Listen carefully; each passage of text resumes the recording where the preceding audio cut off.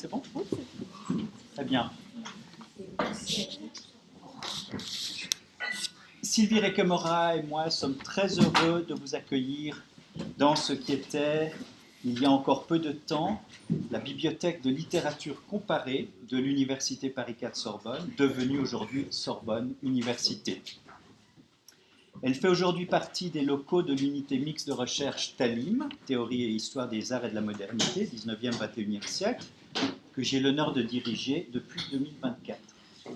Alors cette salle est un peu étroite, comme vous le voyez, pour organiser un colloque international, mais il ne nous a pas été possible de disposer d'un des grands auditoriums de cette maison, lesquels n'appartiennent pas à la Sorbonne Nouvelle, qui est la tutelle universitaire principale de mon laboratoire.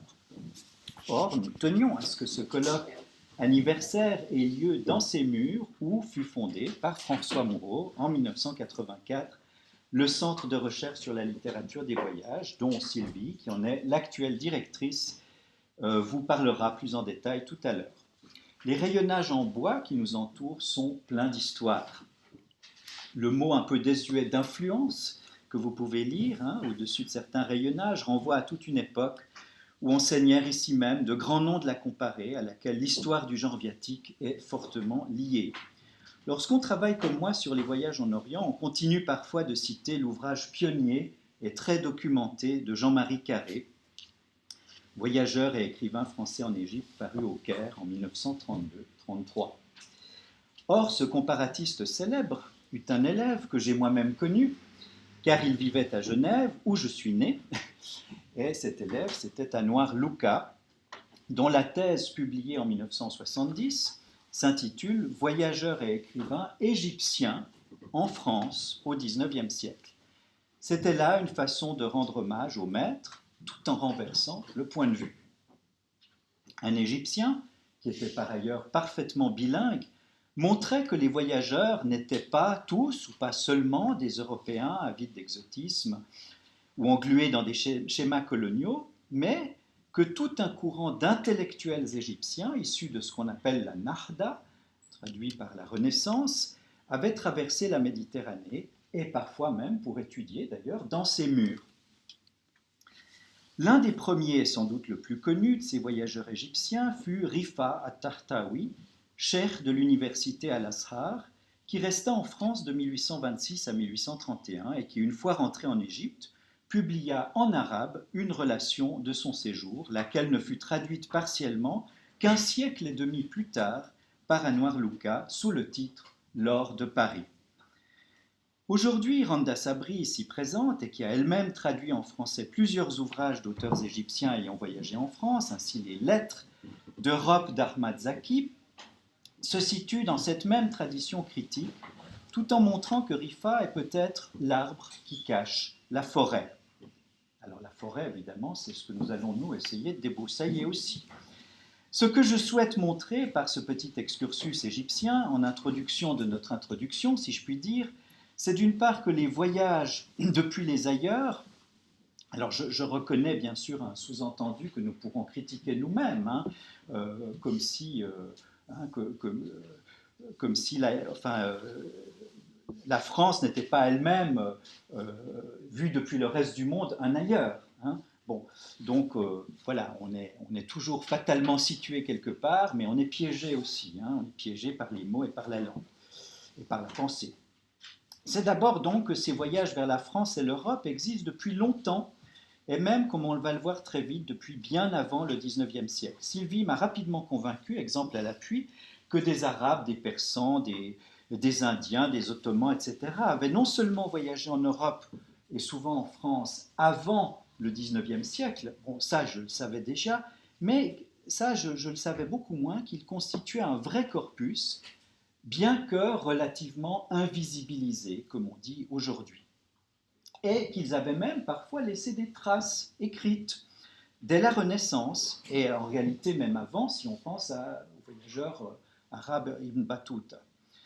Pourtant, ce qui est frappant, n'est-ce pas, c'est le décalage avec lequel nous prenons conscience de ce qui constitue, comme il nous appartient de le démontrer, une véritable tradition viatique que nous ne pouvons plus appeler qu'avec des guillemets, au moins voyage à l'envers, sous peine évidemment de nous faire taxer immédiatement et à juste titre d'eurocentrisme.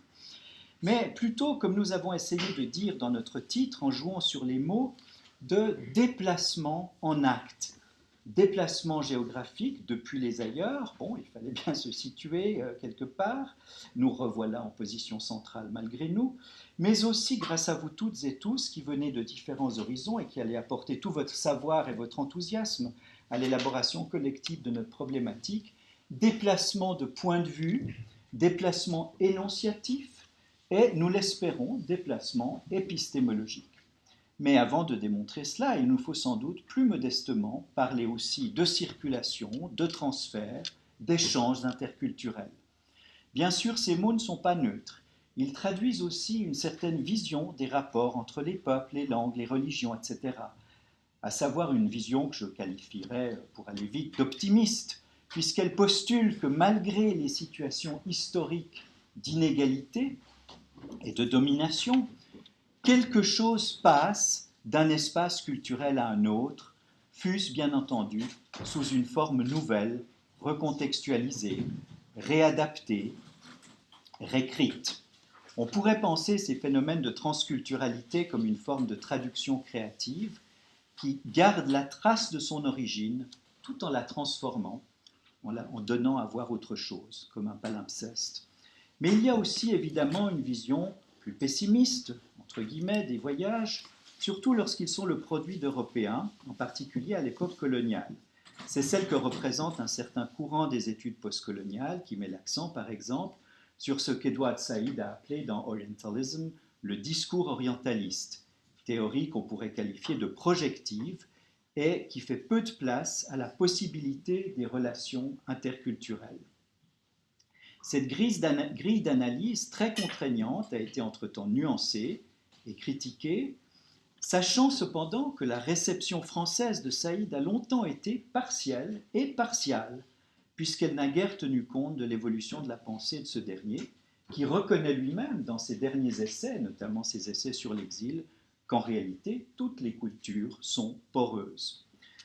Profitons-en également pour rappeler que les études postcoloniales ne sont pas un bloc monolithique, qu'elles se définissent volontiers elles-mêmes comme un champ de recherche en perpétuelle évolution, et pas comme une théorie unique. Par ailleurs, si nous organisons aujourd'hui en Sorbonne un colloque intitulé Voyage depuis les ailleurs, c'est bien que nous avons appris quelque chose d'un certain nombre de chercheurs issus eux-mêmes des mondes extra-européens. Saïd était un intellectuel américain d'origine palestinienne, Sanjay Subrahmanyam d'origine indienne, lui est d'origine indienne comme Dipesh Chakrabarty, qui dans Provincializing Europe, paru en traduction française en 2020, la même année, en 2020 aux éditions Amsterdam, Chakrabarty donc explique que l'Europe qu'il cherche à mettre à distance est, je le cite, une figure imaginaire qui, sous forme de clichés et de raccourcis, demeure profondément ancrée dans certaines habitudes de pensée ordinaire. Et il le dit aussi en Asie du Sud-Est, chez lui. Et c'est ça qui est intéressant. Il faut s'en détacher, mais on n'y arrive jamais vraiment. Elle est là, l'Europe. J'aime beaucoup cette position, tout en tension, tout en interrogation. Je trouve je me place moi-même volontiers un petit peu dans cette vision pour aujourd'hui, pour notre colloque. Les schémas de pensée qu'il critique, ce sont par exemple un historicisme qui vaudrait comme une vérité universelle, d'où l'idée de retard, de supposé retard, vous mettez des guillemets bien sûr, d'arriération, associée à des régions du monde supposément rétives à la civilisation, guillemets bien sûr, elle-même revendiquée par l'Europe.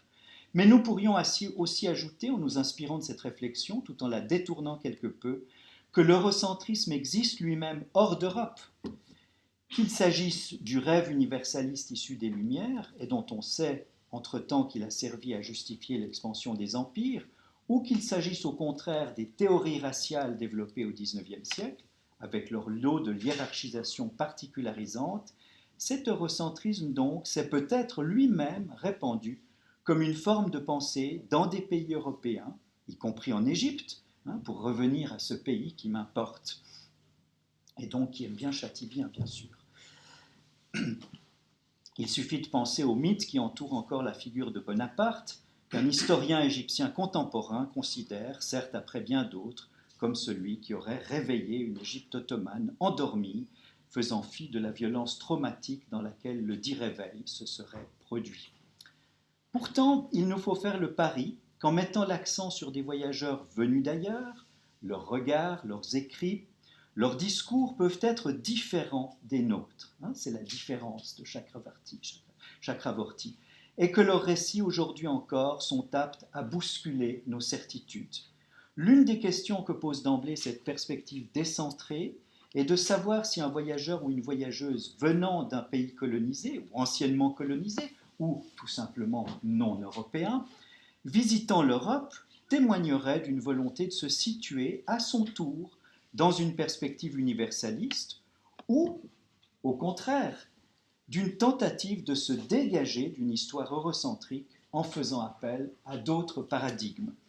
Alors je me garderai bien de trancher, évidemment, je laisse la question ouverte à nos débats, à nos intervenants, intervenantes, et je laisse maintenant la parole à Sylvie Requemora pour vous expliquer la démarche, qui est aussi commémorative dans laquelle nous nous situons, et pour vous présenter le CRLV.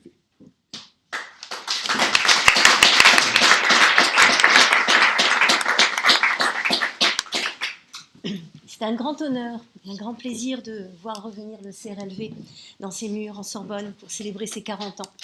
Et je tiens à remercier chaleureusement Sarga Moussa d'avoir répondu avec enthousiasme et efficacité à ma proposition d'organiser un événement scientifique itinérant pour célébrer ensemble ces 40 ans d'existence du CRLV, fondé par le professeur François Moureau dans ses murs. Nous avons en effet ouvert les réjouissances à Aix-Marseille Université, où est à présent le siège du CRLV, par 3 manifestations. En mars, il s'agissait de commémorer les 700 ans de Marco Polo avec ma collègue Christine Gadra. Puis, toujours en mars, une journée d'études sur voyage et écologie en lien avec le rectorat d'Aix-Marseille. Et puis en avril, organisé par Mathilde Mougin qui est ici, voyager et commercer du Moyen-Âge à la période moderne, 12e, 17e siècle. Nous avons ensuite continué, grâce à Frédéric Tinguely, à Genève, pour réfléchir aux limites et aux frontières entre réalité et fiction, voire aux circulations entre ces notions. Nous avons ensuite continué à Nice, en juillet, avec le colloque Earth 16-18, Eco-Criticisms and Race Theory in the Humanities, avec un partenariat de la SELVA, c'est la Société d'études de littérature de voyage anglophone, qui est maintenant à l'Université Côte d'Azur, sous la direction d'Emmanuel Peraldo.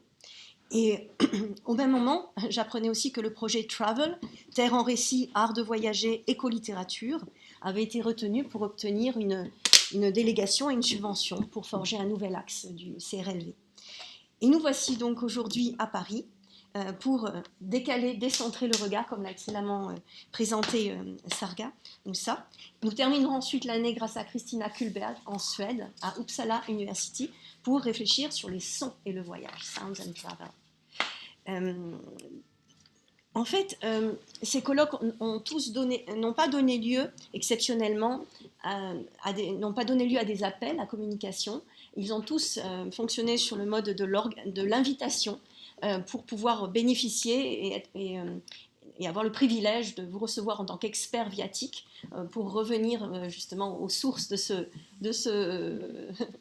si, j'insiste là-dessus, pour revenir aux sources de nos réflexions et pouvoir les prolonger avec les experts nouveaux venus, j'espère rejoindre le CRLV également. Alors ce centre de recherche sur la littérature des voyages a été fondé en 1984, donc par François Moureau.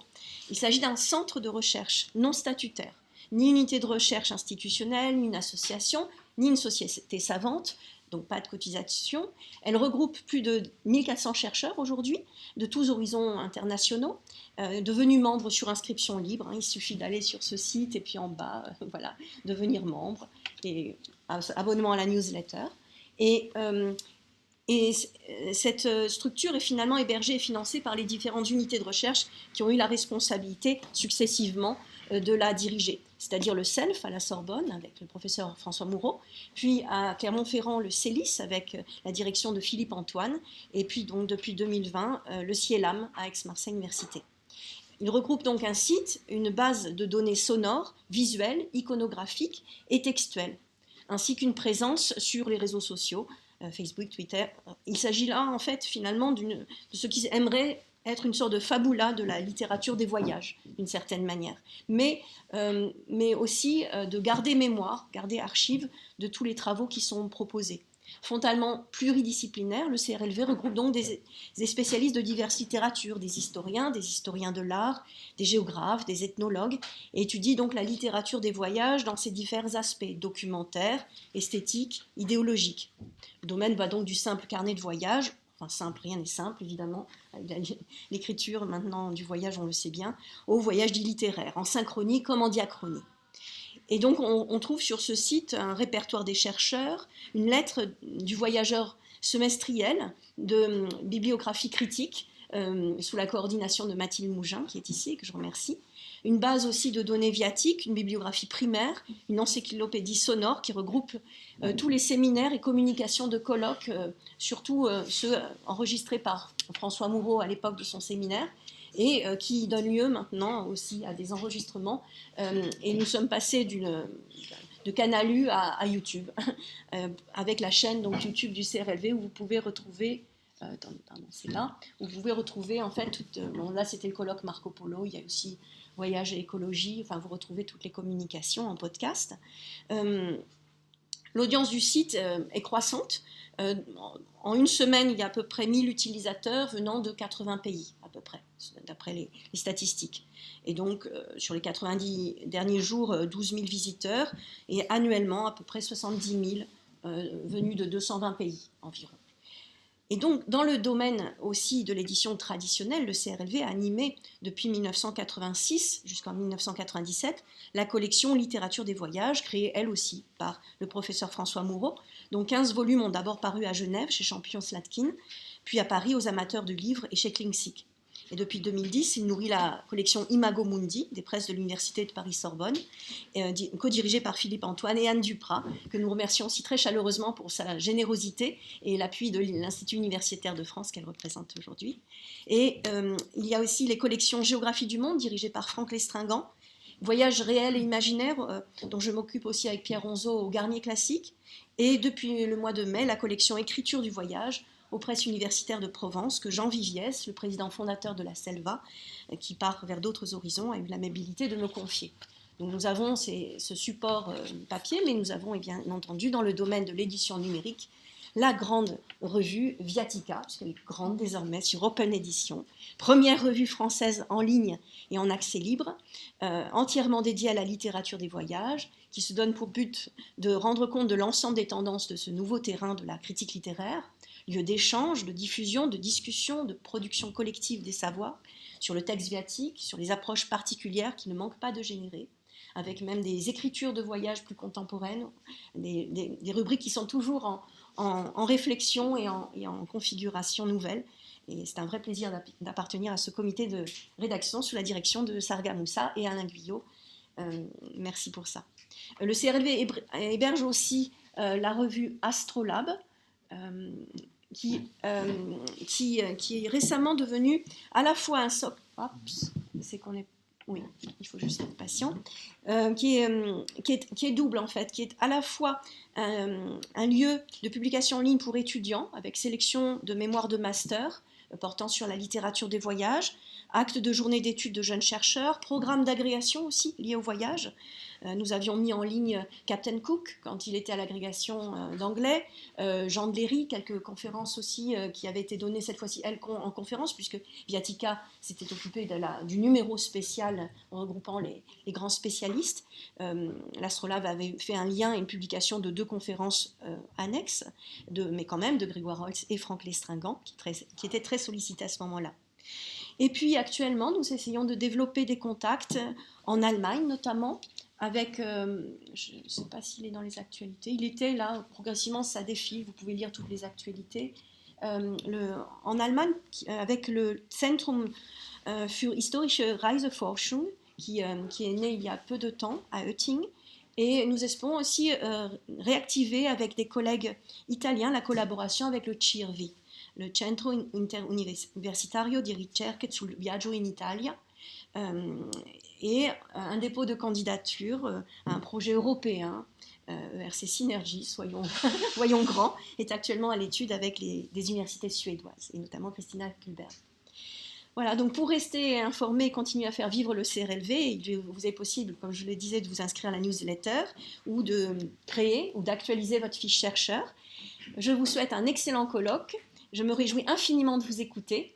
J'enregistrerai tous ceux qui ont accepté l'enregistrement pour ensuite alimenter la chaîne YouTube du CRLV et pouvoir ouvrir l'audience qui, effectivement, est intime dans cette bibliothèque, mais qui est attendue par de nombreux autres auditeurs, je le sais. J'ai reçu de nombreux messages. Merci à vous d'être venus.